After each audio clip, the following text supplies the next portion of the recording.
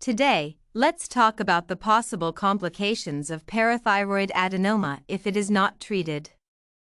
A parathyroid adenoma can cause your body to produce too much parathyroid hormone, leading to a condition called hypercalcemia, high calcium levels in the blood. Over time, this can have serious effects on different parts of the body. First, it can lead to kidney stones due to high calcium levels being filtered by the kidneys. If left untreated, kidney function can deteriorate, resulting in chronic kidney disease. Second, it weakens the bones, causing a condition called osteoporosis. This makes your bones fragile and increases the risk of fractures, even from minor injuries.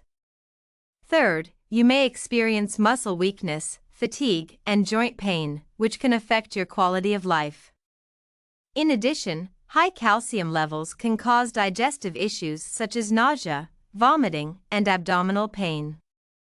In rare cases, untreated parathyroid adenoma can also lead to cardiovascular problems like high blood pressure and irregular heart rhythms.